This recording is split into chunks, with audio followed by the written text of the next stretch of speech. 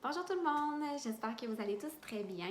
Moi c'est Marie-Christine et bienvenue sur ce nouvel épisode de podcast Tricot et Couture, un bas solitaire. Vous pouvez me retrouver sur Instagram avec le pseudo MCLEVQ. Sur Ravelry, je suis Tricot MCL et j'ai aussi une page Facebook qui est Tricot Design MCL. Je vous ai écrit tout ça en bas ici.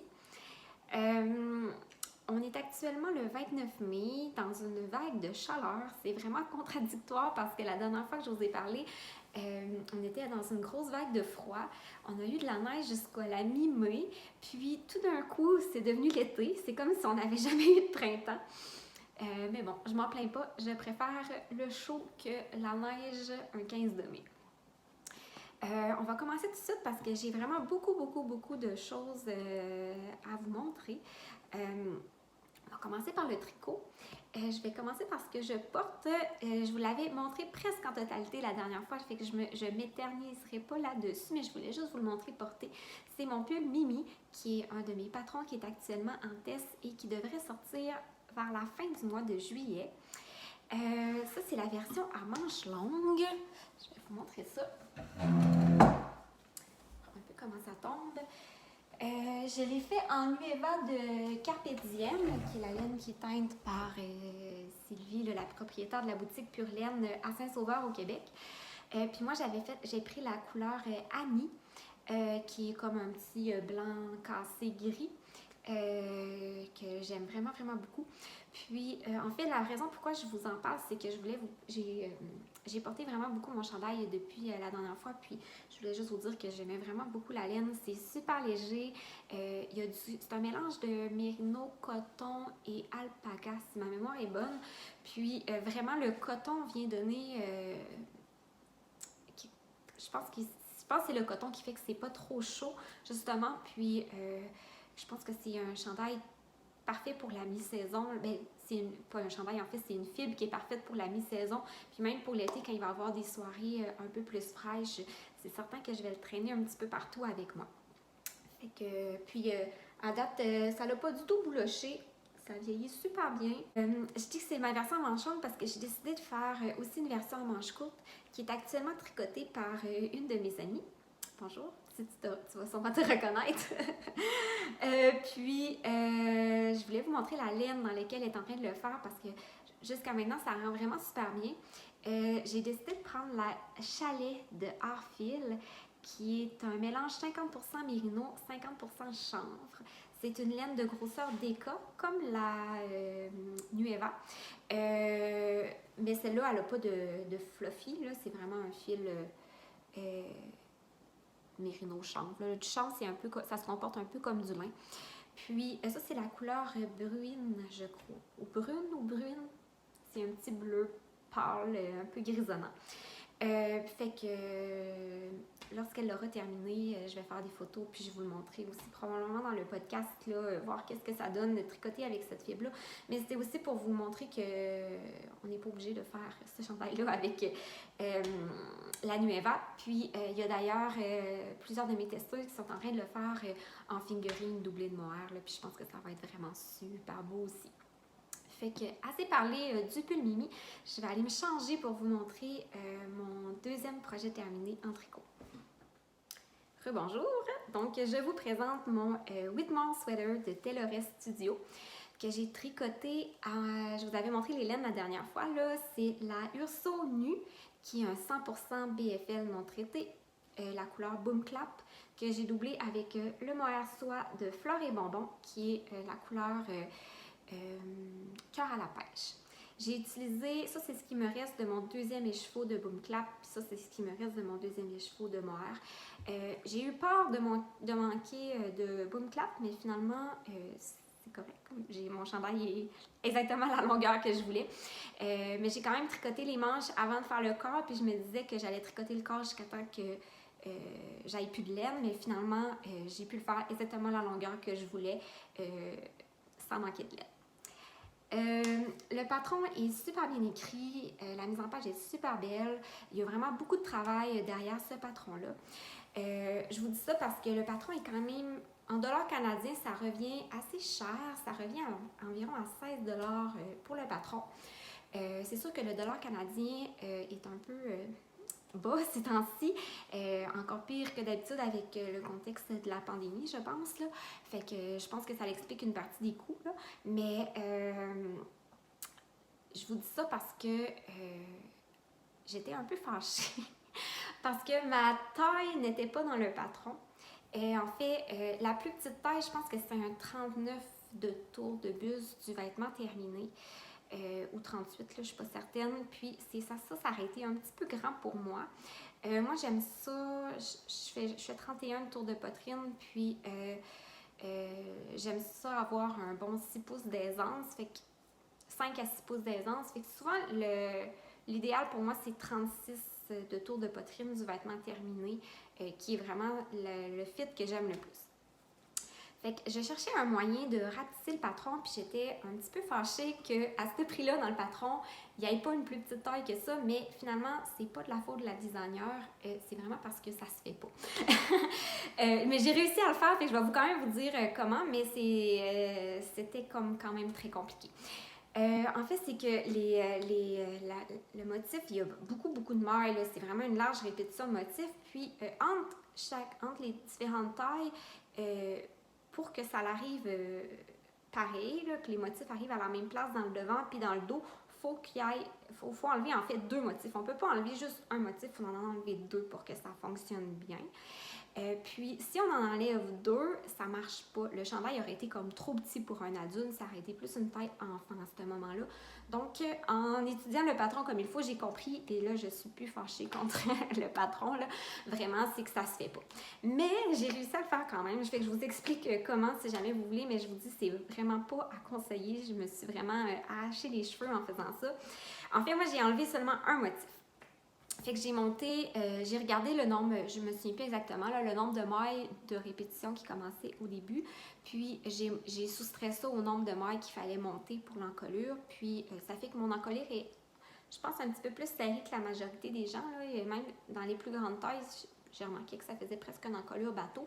Mais ça me convient vraiment bien parce que moi, j'aime mieux avoir mes chandails plus proches du cou là, que d'avoir une encolure plus large, là. Surtout pour ce chandail-là, là, je trouvais que ça allait bien avec le style de la dentelle. Fait que ça, tout allait bien jusqu'à maintenant. Mais ça a été au moment de séparer mes motifs pour les bras et le corps. La plus petite taille, en fait, il y a 4 motifs sur le devant, comme ça. Puis, on sépare, en fait, entre les motifs ici. Fait que ça allait bien. J'ai gardé le même nombre de mailles à peu près qui était prévu pour les manches parce que j'aimais les anses qu'il y avait. Puis, sauf ce que j'ai fait, c'est que j'ai décalé un peu là pour avoir un peu de moins de mailles sur le corps. Mais le problème, c'est que vu que j'avais un nombre impair de motifs, je ne pouvais pas avoir 4 motifs sur le devant puis 4 motifs sur le dos. Fait que j'en ai 4 sur le devant, puis j'en ai 4 aussi sur le dos, mais j'en ai comme 3 avec la moitié de 2. Fait que ça fait que j'ai séparé mes manches, vous voyez ici, j'ai séparé mes manches en plein milieu d'un motif, ce qui est vraiment pas dans le patron. Mais j'ai quand même modifié la dentelle pour que ça se poursuive bien, puis j'étais certaine que ça serait vraiment laid. Mais je me disais, vu que c'est dans le dos, c'est pas grave, l'important c'est que le devant soit beau. Mais finalement, regardez, c'est beau. T'sais, on voit que, c'est sûr que quand je lève mon bras, on voit que le motif se sépare en 2, là, mais ça paraît vraiment pas. Mais comme je vous dis, je me suis vraiment cassé la tête là, pour que ça l'arrive. J'ai le même nombre de mailles dans le devant que dans le dos. J'en ai pas moins ou plus, c'est juste que vu que le motif est un peu décalé, là, ça donne cette impression-là. Fait que finalement, j'ai vraiment l'aisance que je voulais. Regardez, j'en ai beaucoup, là, mon corps est ici. Puis, il tombe vraiment super bien. J'ai fait, bien sûr, les manches bishop, les manches ballon, qui ont comme pas de diminution. Là, il y en a seulement au niveau du poignet. Puis, je l'adore. J'ai fait aussi l'autre modification. J'ai fait des côtes torse au poignet, dans le bas du corps, puis ici aussi. Parce que je trouvais que ça allait bien avec le motif de dentelle. Fait que, voilà, j'ai manqué abandonner, je vous dirais, quand je suis venue pour tout séparer, j'ai manqué tout détricoter, puis recommencer en faisant la taille la vraie taille smart qu'il y avait dans le patron parce que je pensais que ça serait pas beau, mais je me dis, ah là, il va être vraiment trop grand. Puis finalement, j'ai persisté, puis je suis super contente de ne pas l'avoir détricoté parce que c'était quand même beaucoup de travail faire tout le yoke en dentelle, mais c'est quand même une dentelle qui est très facile, très très intuitive. Puis on n'a pas besoin de tout le temps regarder la grille. Là, moi, je l'ai faite en écoutant la télé, là, toute cette partie-là. En fait, je l'ai toute tricotée en écoutant la télé, là, mais on n'est pas obligé d'avoir tout le son fermé puis de regarder comme ligne par ligne. C'est tellement intuitif que une fois qu'on comprend comment que ça fonctionne, on peut y aller là, sans trop suivre le patron. Je veux juste vous dire, ceux qui n'aiment pas trop ça, les manchures est quand même très basse. Mon bras est ici, moi, là. C'est sûr, j'ai des petites épaules, là, mais les manchures est très basse, mais moi, je trouve que ça fait vraiment super beau, ça tombe vraiment super bien. Vraiment, j'adore la coupe du chandail qui est vraiment comme relax. Puis en même temps, ben, la dentelle est très chic, fait très, très féminine. Fait que c'est ça. Fait que je l'aime vraiment, vraiment, vraiment beaucoup. Je suis super contente. J'ai hâte qu'il fasse un petit peu moins chaud pour pouvoir le porter de nouveau. Mais c'est sûr que c'est un chandail que je vais traîner partout avec moi là, pendant l'été, là, quand il y a des soirées plus fraîches. Je vais l'emmener avec moi. Là. Puis la couleur, même si c'est quand même très flash, ça fait beau avec des jeans, puis ça fait quand même beau avec des couleurs neutres de pantalon et de robe que j'ai. Là, fait que je pense que ça m'empêchera pas de le porter, là, même si c'est pas la couleur la plus neutre. Là, puis ça fait estival, ça donne une bonne mine. Fait que je suis vraiment, vraiment contente.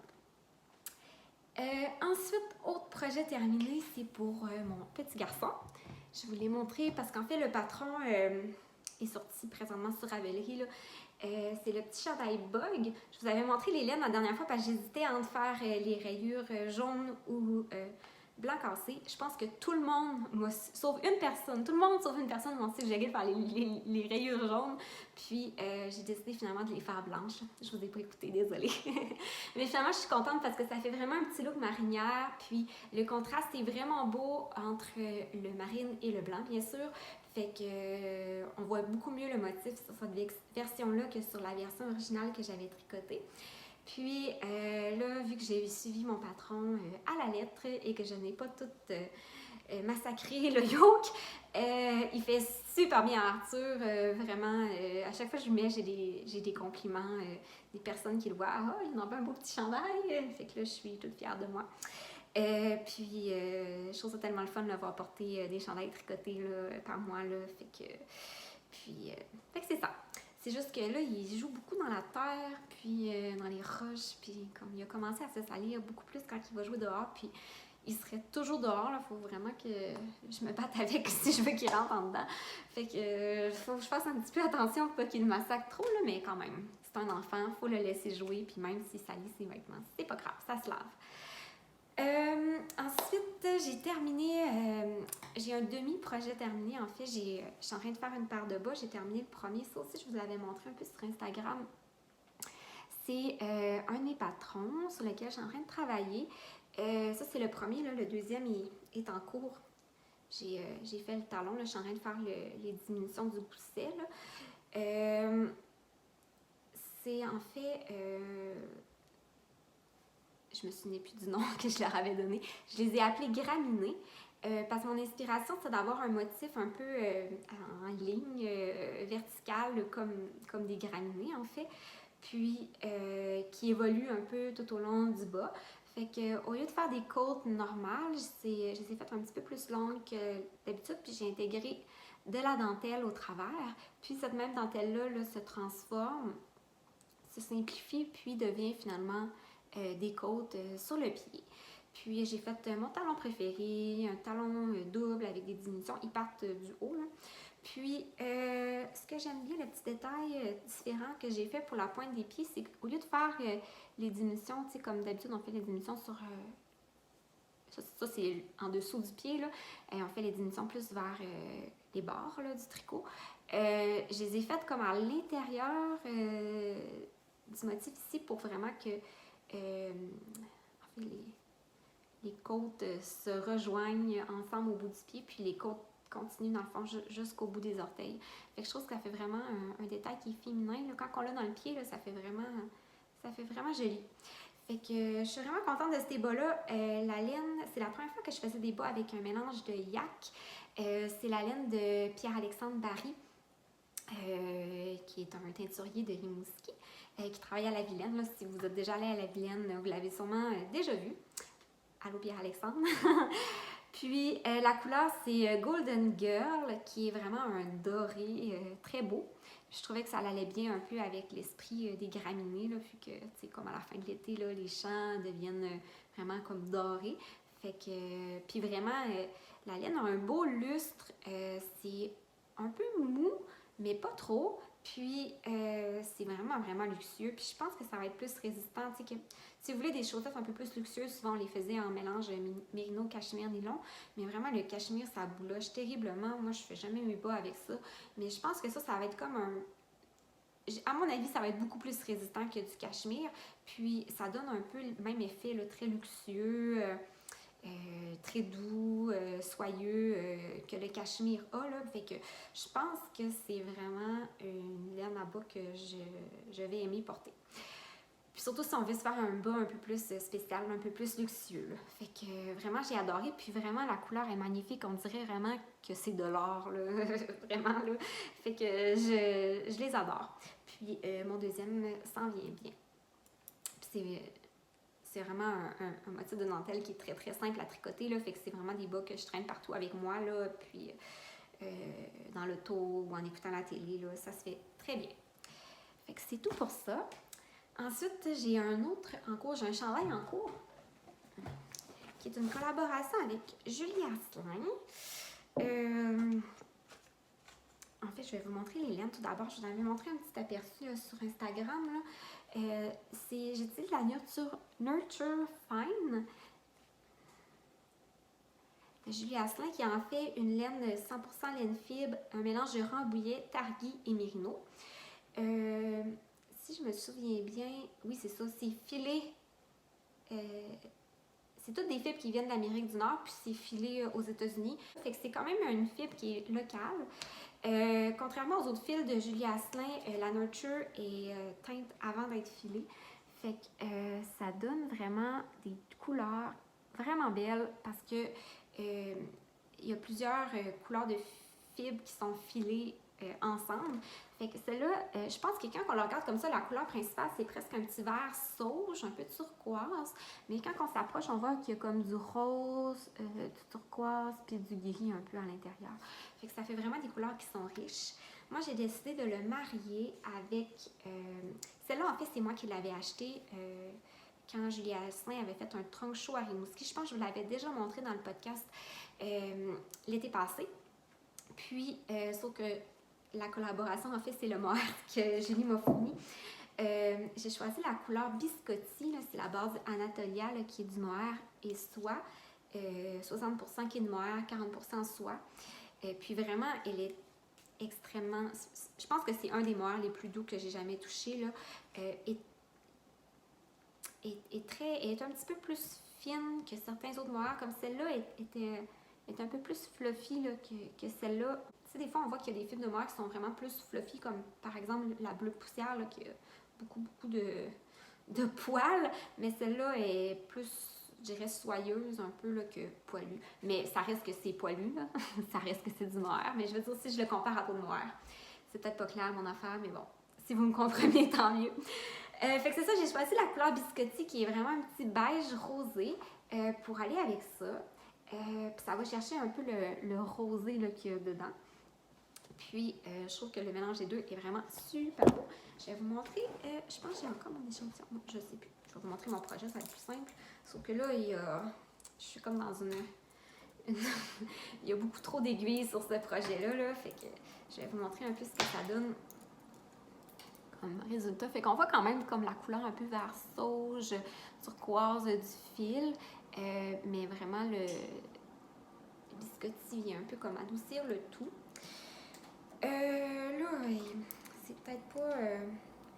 disons que mon projet, il n'est pas dans le meilleur état pour vous le montrer, là, mais je vais quand même vous le montrer. Parce que là, je suis en train de faire des tests de manches, j'ai pas terminé le corps, j'explore beaucoup, disons, sur ce projet-là. Puis j'avais fait le col parce que je voulais voir si ça fonctionnait, mon idée. parce que toute l'idée de ce chandail-là est venue en fait de faire un chandail tricoté avec un col victorien. Là, on voit beaucoup de blouses actuellement sur le commerce avec un col victorien, puis aussi dans l'univers de la couture, là, je pense que c'est quand même très tendance actuellement. Puis mon idée, en fait, mon inspiration venait de là, de me faire un chandail au tricot avec cet élément-là, parce que j'avais, je sais pas, là, ça existe peut-être, mais moi, j'ai jamais vu ça avant. Puis, je suis partie un peu sur le même motif que mes petits bas fleurs des champs. C'est un peu modifié, là, c'est pas exactement la même chose, mais je suis partie un peu avec la même inspiration. Là, c'est sûr qu'il n'est pas bloqué, là, mais ça fait vraiment comme... Ça fait vraiment... Moi, j'aime vraiment ça. Puis c'est vraiment féminin, puis ça fait chic en même temps. Puis là, si vous voyez bien, en fait, ça va être des manches montées. Sauf que là, ma manche, je vais toute la détricoter parce que je ne suis pas satisfaite de mon ratio que j'ai relevé des manches. Les mailles, parce qu'en fait, il va y avoir un petit... C'est des manches bouffantes, là. Il va vraiment... C'est des manches montées avec... Vraiment comme des manches victoriennes, là, avec un petit... avec des fronces dans le haut de la manche pour donner plus de volume. Puis, il va y avoir un peu le même motif que ça au niveau du poignet.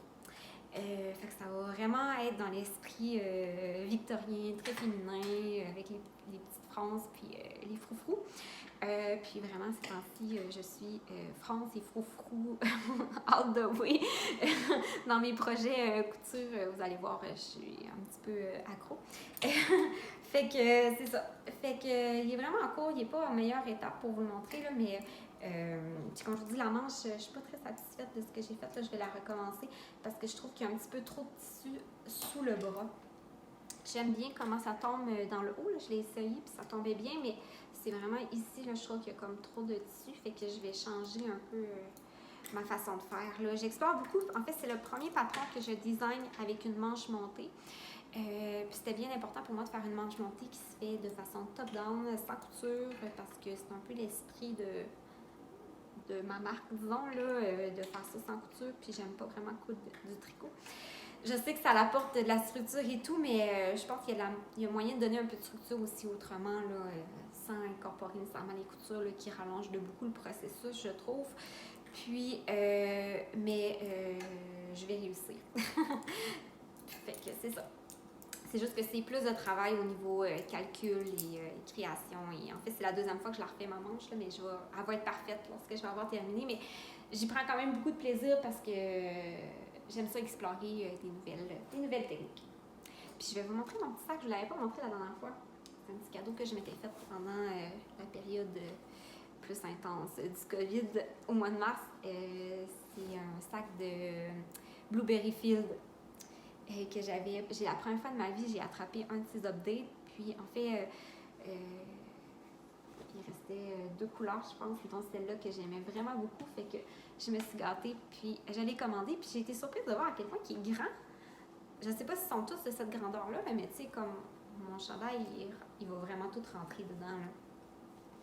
Fait que je l'aime vraiment beaucoup, puis j'aime beaucoup les teintes, puis le tissu un peu en lin, là, dans le bas, là. J'adore.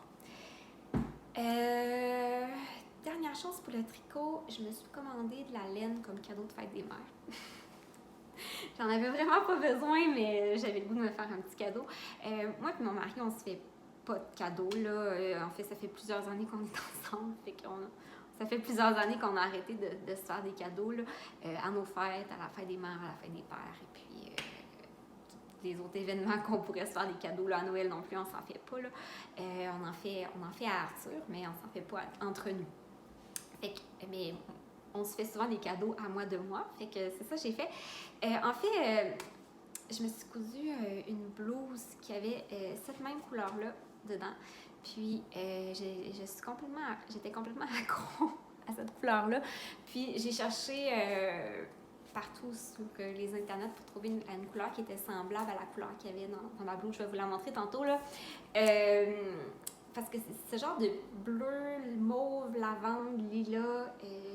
Vraiment, je suis comme accro ces temps-ci. Puis j'avais besoin de tricoter quelque chose avec ça. Puis en fait, c'est une marque que j'ai connue grâce à Marie-Pierre, là, du podcast le temps d'une laine en fait. Puis, parce que je pense que c'était fait un chandail avec un petit bleu pâle, c'est pas la même couleur qu'elle. Là. Ça, c'est la couleur stylo bleu. Je trouve que le nom est pas tant représentatif de la couleur parce que c'est vraiment... je trouve que ça aurait plus dû s'appeler bleu lavande que stylo bleu. Là. Je pense qu'on n'a pas les mêmes stylos bleus. Mais bon, je trouve que la couleur est magnifique. Là. J'en ai pris 3 écheveaux. Puis moi, j'ai pris la base. En fait, c'est la seule qui restait, je pense. C'est BFL style sock qui est 75% BFL superwash et 25% nylon. Je pense qu'il y avait une base aussi mérino, 100% mérino non traité, qui aurait été très intéressante, mais je pense qu'il restait pas 3 écheveaux là, dans cette couleur-là. C'est pour ça que j'ai pris celle-là, mais c'est du BFL, puis j'adore le BFL. Puis, je pense que Marie-Pierre a dit qu'elle avait adoré la tricoter, fait que dans le fond, je suis contente d'avoir pris celle-là. Puis, je me suis commandé aussi, bien sûr, du mohair pour aller avec. J'ai recommandé chez Fleurs et Bonbons ce mohair-là, qui est vraiment très beau, qui est fleur bleue. En fait, quand j'avais commandé lui, j'avais manqué de commander ça en même temps, mais je me suis dit, j'ai pas d'autre laine pour aller avec, fait que je sais pas si je vais le tricoter, fait que je me suis dit, je suis mieux d'attendre puis le recommander plus tard si je trouve quelque chose pour aller avec. Puis justement, ça va quand même bien, mais en fait, sur les photos sur Internet, c'était exactement la même couleur que ça. Il était un petit peu plus mauve. Puis bon, c'est vraiment pas représentatif des photos sur Internet, mais bon, présentement, c'est notre seule façon de magasiner de la laine, fait qu'il faut faire avec. Il est un petit peu plus grisonnant.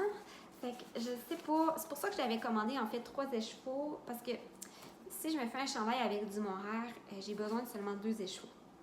Mais si je me fais un chandail sans mohair, j'en ai besoin de 3. Fait que j'en avais commandé 3 justement en me disant, je vais décider si je mets du mohair ou pas, dépendant si je trouve une laine qui va bien avec. Fait que ça va super bien ensemble, mais j'aimais vraiment le petit côté plus mauve de celle-là. Fait que je sais plus si je vais l'utiliser ensemble. À suivre. Mais ce que j'avais en tête, en fait, c'était de me faire finalement un balloon cardigan de petite knit.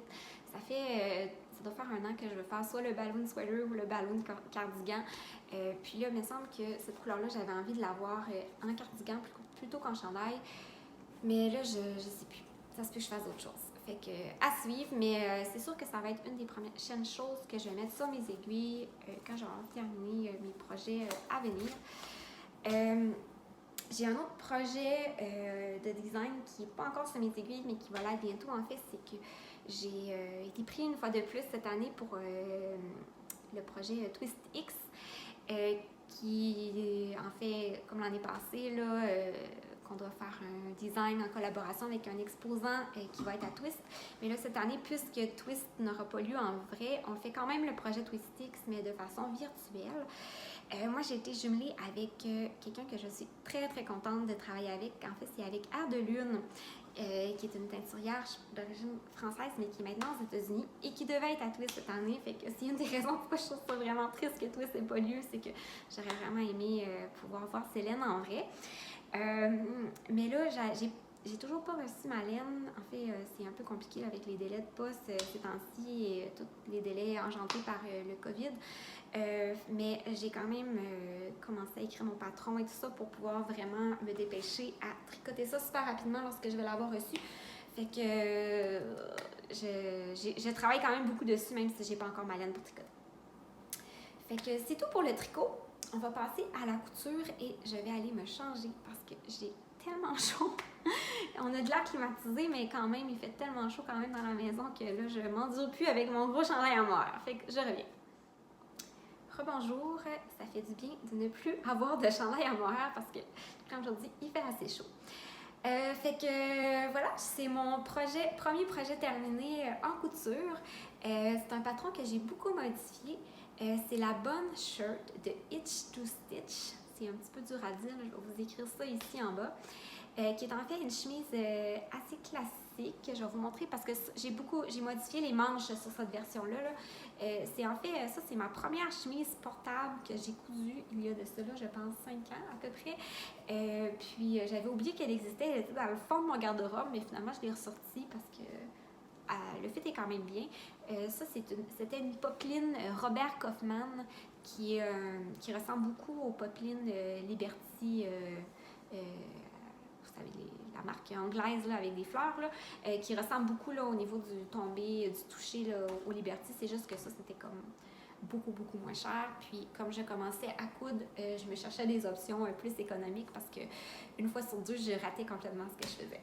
Mais ça, c'était, disons, une des choses que j'ai cousues une des premières choses que j'ai cousues vraiment que j'ai portées puis que je pouvais dire que c'était réussi.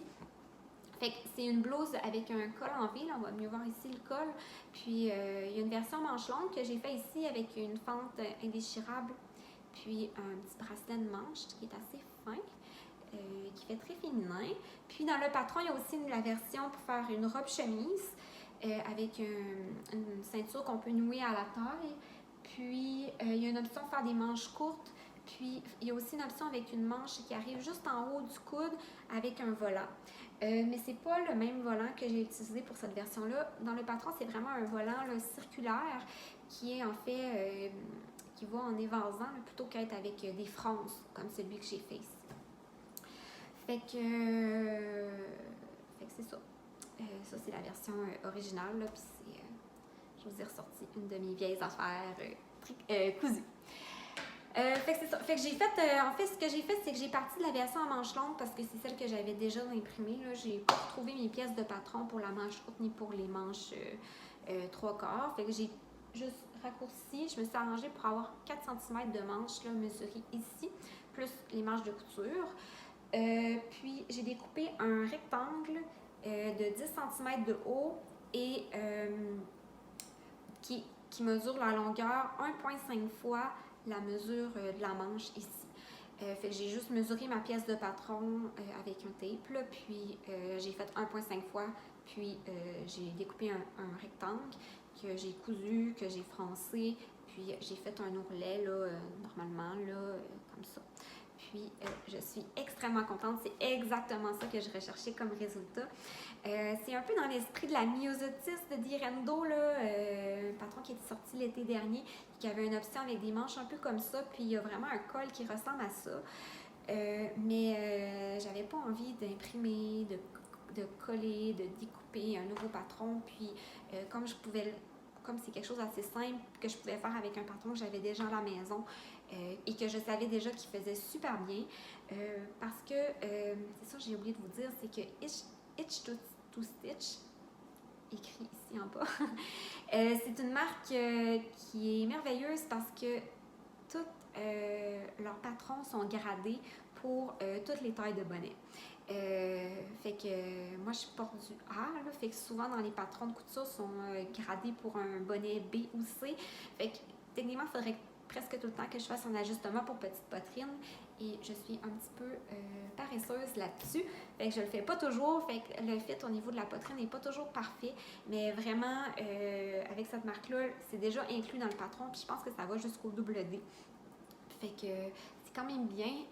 Si vous avez c'est une marque quand même à connaître si vous portez une petite taille ou une grande taille là, de soutien-gorge.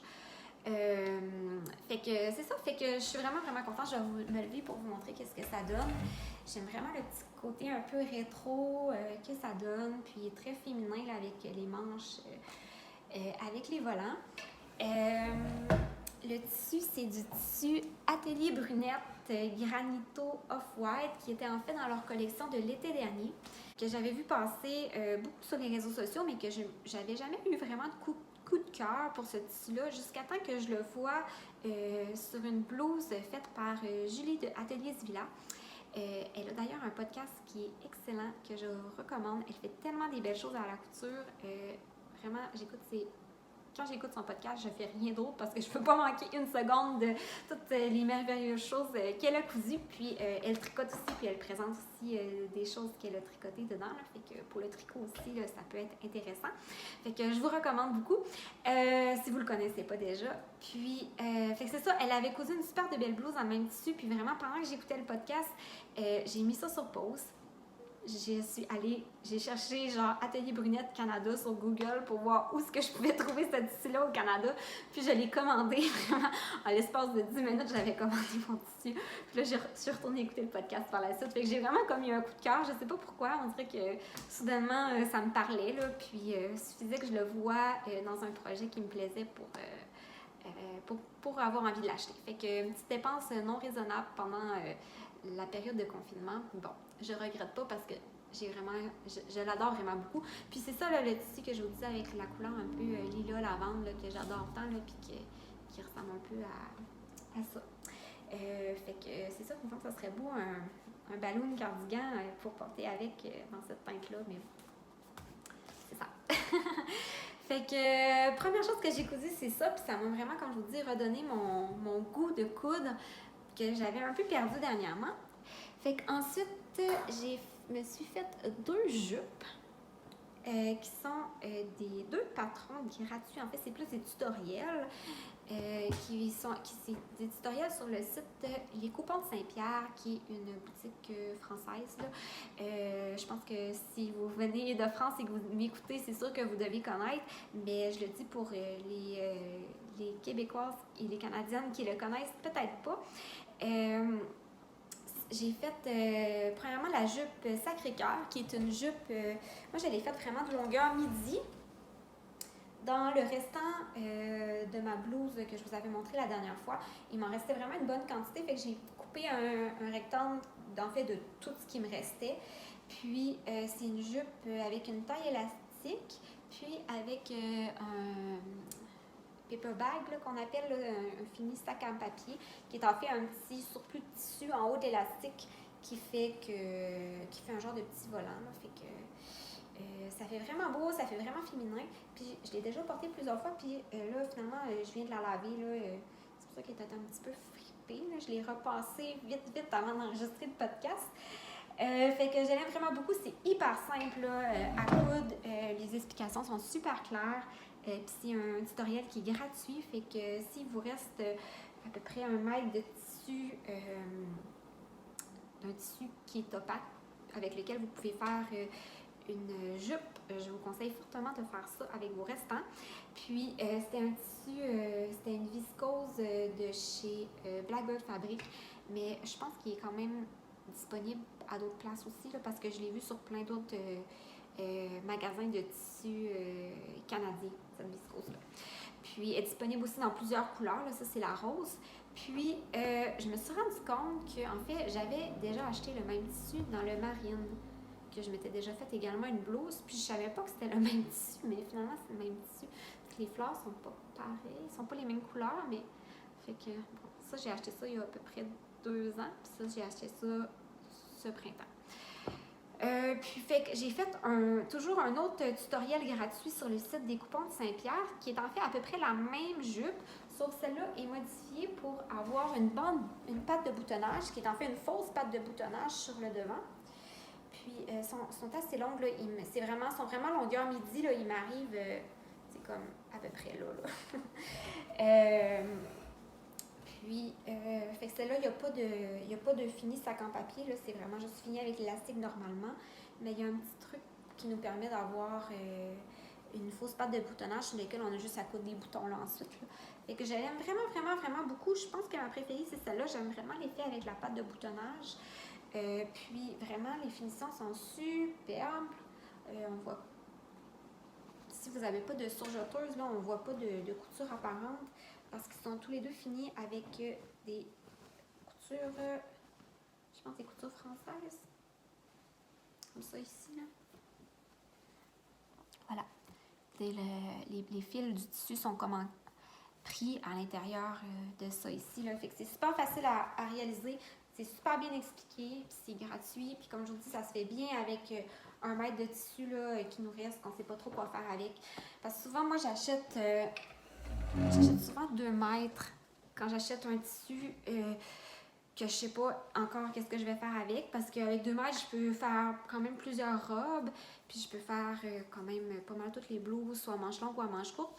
Mais souvent, quand je fais une blouse à manches courtes ou un modèle de blouse qui nécessite un petit peu moins de tissu, souvent il me reste comme presque un petit peu moins ou un petit peu plus qu'1 mètre. Fait que c'est ça, je pense que ça va être mon patron pour passer mes chutes. Puis c'est souvent, même si c'est des tissus que j'ai déjà cousus, c'est souvent pour un haut. Fait que ça me permet d'avoir des jupes comme ça là, qui sont super faciles à porter. Puis les deux, j'ai déjà porté quelques fois là, avec n'importe quel t-shirt ou blouse. Ça va super bien. Là. Fait que je suis super contente de ça. Puis c'était vraiment un projet qui se fait en à peu près. Je suis pas la personne la plus rapide en couture, mais ça se fait en moins d'1 heure et demie. Là. C'est vraiment, vraiment rapide. Puis ça donne un super bon résultat. Fait que je vous le recommande. Mon dernier projet fini en couture, c'est un pyjama pour Arthur, mon garçon. C'est une combi lisse bois. C'est pas la première fois que je couds ce patron-là. Je l'avais cousu, je pense que j'en avais cousu 5 versions dans la version 6 mois, dans la taille 6 mois, qui a porté vraiment beaucoup, mais que ça lui fait vraiment plus. C'était rendu trop petit pour lui. Fait que au début du mois de mars, juste avant le confinement et tout, j'avais coupé cette version-là dans la taille 1 an. Le tissu, c'est un tissu de la marque Papi que j'avais acheté à la Casa de la Couture à Rimouski. Puis ça, c'est du jersey noir qui vient probablement de chez Club Tissu. C'est des chutes que j'avais là, pour faire les petits poignets, le col, puis les bandes ici. Fait que c'est un tissu que j'aimais vraiment beaucoup pour mon garçon parce qu'il aime vraiment beaucoup les tracteurs. Puis je sais qu'il va aimer ça, pointer là, les petits tracteurs là, sur son pyjama. Là. Fait que c'était un peu un tissu précieux pour Arthur. Fait que je m'étais dit que ça serait en pyjama le plus pratique. Sauf que quand j'ai cousu ça, il mettait encore beaucoup de pyjamas une pièce. Mais là, maintenant, il court partout, puis il est vraiment difficile à habiller, puis il court vraiment vite. Fait que c'est un petit peu plus pratique, je trouve, lui mettre des vêtements 2 pièces, là, comme des pyjamas avec des pantalons puis un petit chandail. Fait que je regrette un peu de l'avoir coupé d'avance. Dans ce patron-là, je pense que ça aurait été plus rentable de faire un pyjama à 2 pièces, mais bon, c'est pas grave, là, il était déjà coupé, puis je l'ai malheureusement pas cousu tout de suite à cause que là, bon, tout ça est arrivé. Puis, fait que je viens quasiment juste de le terminer. Là, j'ai posé les snaps juste tantôt. Fait qu'il l'a pas encore porté. Mais je l'aime quand même beaucoup. Puis, je sais qu'il va être content de pouvoir pointer les petits tracteurs dessus. Fait que c'est ça. Puis, je pense que j'ai retenu ma leçon de ne pas couper des choses trop d'avance pour Arthur, premièrement parce qu'il grandit tellement vite, puis aussi parce que ses besoins en matière de vêtements changent vite aussi. Là, ben, je pense que là, ça va moins changer, là, mais tu sais, quand il ne marche pas encore, les pyjamas, une pièce, je trouve que c'est plus pratique parce que tu sais, il rentre, puis ça n'a pas tendance à remonter. Mais à partir du moment qu'ils se mettent à marcher, je trouve que c'est un petit peu plus pratique, puis c'est plus facile aussi de les habiller quand c'est des morceaux 2 pièces. Mais moi, il était un peu précoce au niveau de la marche et je ne pouvais pas prévoir ça à ce moment-là. Fait que c'est tout pour aujourd'hui.